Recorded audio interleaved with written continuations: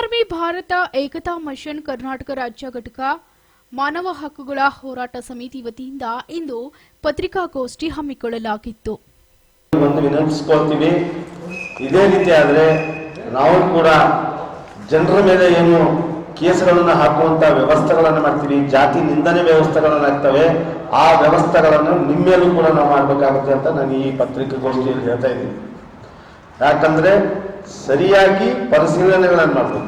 ಕಲಬುರಗಿ ಜಿಲ್ಲೆ ಇವತ್ತಿನ ದಿವಸ ಯಾವ ರೂಪಕ್ಕೆ ಹೋಗ್ತದೆ ಅಂತಂದ್ರೆ, DC ಮೇಡಮ್ ಬಂದಾಗಿನಿಂದ ಕಲಬುರಗಿಯಲ್ಲಿ ಏನೂ ಅಭಿವೃದ್ಧಿಗಳಾಗಿಲ್ಲ, ಯಾವ ರೋಡ್ಗಳ ಅಭಿವೃದ್ಧಿಗಳಾಗಿಲ್ಲ. ಈಗ ನಮ್ಮ SC/ST ಹಾಸ್ಟೆಲ್ಗಳಿಗೆ ಒಂದ್ಸಲ ವಿಸಿಟ್ ಮಾಡಿ ನೋಡಿ ತಾವೆಲ್ಲರೂ ಗೊತ್ತಾಗುತ್ತೆ ಇವತ್ತಿನ ದಿವಸ ಕಲಬುರಗಿ ಆಡಳಿತ ಎಲ್ಲಿಗೆ ಬರ್ತಾ ಇದೆ ಅಂತ. ಹಾಗಾಗಿ DC ಮೇಡಮ್ ಅವರು ಮಾಧ್ಯಮದಲ್ಲಿ ಸ್ಕೂಲಿಗೆ ಹೋಗಿ, ತಾಲೂಕದಲ್ಲಿ ಹೋಗಿ ಎಲ್ಲ ಬಡು ಮಕ್ಕಳನ್ನು ನಾವು ಪಾಠಗಳನ್ನು ಹೇಳ್ತಾ ಇದನ್ನು ಪರಿಶೀಲನೆ ಮಾಡ್ತಾ ಇದ್ದಾರೆ. ಅದ್ರ ಜೊತೆಗೆ ಕಲಬುರಗಿ ಅಭಿವೃದ್ಧಿಯ ಮೇಲೆ ಕೂಡ ಗಮನ ಹರಿಸಬೇಕು. ಇಲ್ಲ ಹೋದ್ರೆ ಈ ನಾವೇನು ಇವತ್ತು ಪತ್ರಿಕಾಗೋಷ್ಠಿಯಲ್ಲಿ ನಾವೇನು ಹೇಳ್ತಾ ಇದ್ದೀವಿ ಅಂತಂದ್ರೆ, ಇಲ್ಲ ಅಂದ್ರೆ ತಮ್ಮನ್ನ ಈಗಾಗಲೇ ಕಲಬುರಗಿ ಬಿಟ್ಟು ಹೊರಡುವಂತ ಕೆಲಸ ಆಗ್ಬೇಕು.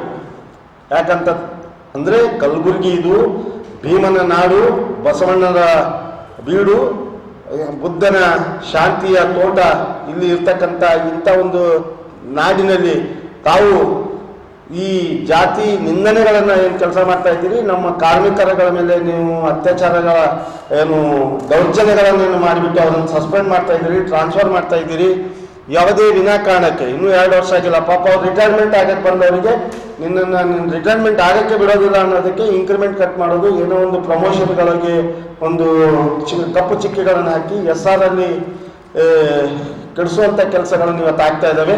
ದಯಮಾಡಿ ನಾವು ಮೇಡಮ್ ಅವರಿಗೆ ಒಂದು ವಿನಂತಿಸ್ಕೊಳ್ತೀವಿ, ಯಾರನ್ನ ನೀವು ಎಲ್ಲರೂ ಸಮಾನವಾಗಿ ಇಲ್ಲಿ ಇರ್ತಕ್ಕಂಥ ಕಲಬುರಗಿದಲ್ಲಿ ನಾವು ಬರೀ ಸಮಾಜದವರು ನಿಂಬಲ್ಲಿ ಇಟ್ಕೋಬೇಕು, ಸಮಾಜದವರಿಗೆ ನೀವು ನಡೆಸ್ಕೋಬೇಕು ಅನ್ನೋದು ಇದು ತಪ್ಪು. ಇದನ್ನು ನೀವು ಮತ್ತಾಗ್ಬಿಡಿ.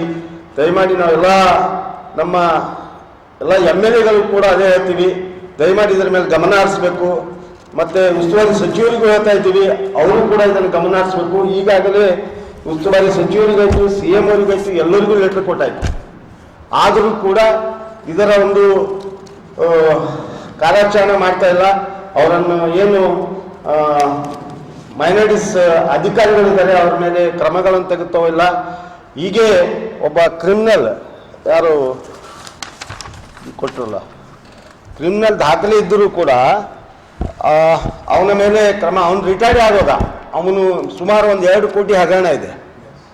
ಆ ಒಂದು ರಿಟೈರ್ಡ್ ಆಗೋದರೂ ಕೂಡ ಅವನ ಮೇಲೆ ಕ್ರಮ ತಗೊಂಡಿಲ್ಲ.